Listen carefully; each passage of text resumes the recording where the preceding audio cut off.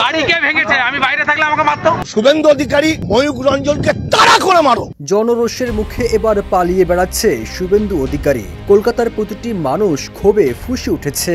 সামনে পেলে কলকাতার সাধারণ মানুষ গণধোলাই দিয়ে ছাড়বে শুভেন্দুকে।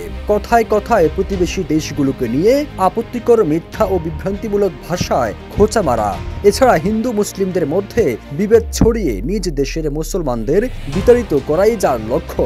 শুভেন্দুর কথা শুনে যে কারোই মনে হতে পারে তিনি প্রতিদিন নিয়ম করে গোবর এবং গোমূত্র পান করেন, সবসময় হিন্দু হিন্দু বলে চিৎকার চেঁচামেচি করে নিজ দেশের মুসলমানদের উপর নির্যাতন নিপীড়ন চালান। হিন্দু তুমি জাগো, পাকিস্তানকে কাজা করতে হবে। ধর্মের নামে শুভেন্দু অধিকারী হিংসা বিদ্বেষ ছড়িয়ে দিচ্ছেন সাধারণ মানুষের মধ্যে।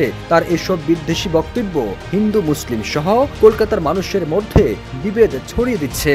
আর তাই শুধু মুসলিম নয়, তার বিরুদ্ধে এবার রাস্তা নেমেছে হিন্দুরাও। ও বেশি মস্তান হয়ে গেছে, ওকে গুন্ডামি করতে দেবো না। যমুনা ইলেকট্রনিক্স ঈদে ডাবল খুশি অফার সিজন 3, যে কোনো পণ্য কিনলেই পাচ্ছেন নিশ্চিত ঈদ উপহার। শুধু শুভেন্দু নয়, কলকাতার রিপাবলিক বাংলা টিভির হকার সাংবাদিক খ্যাত ময়ূক রঞ্জনের বিরুদ্ধেও এবার আন্দোলনের ডাক দিয়েছে কলকাতার হিন্দুরা।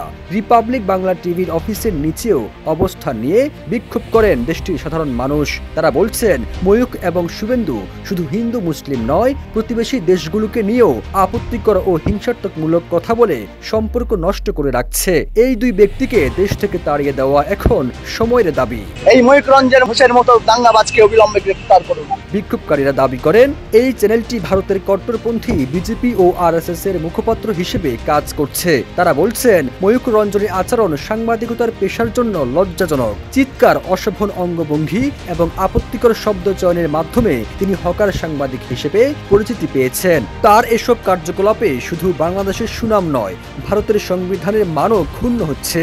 আর বাংলা চ্যানেল থাকতে পাবে না, যেখানে আর বাংলা যাবে সেখানে তারা করো। Firoz Alam, news desk, Ittefaq.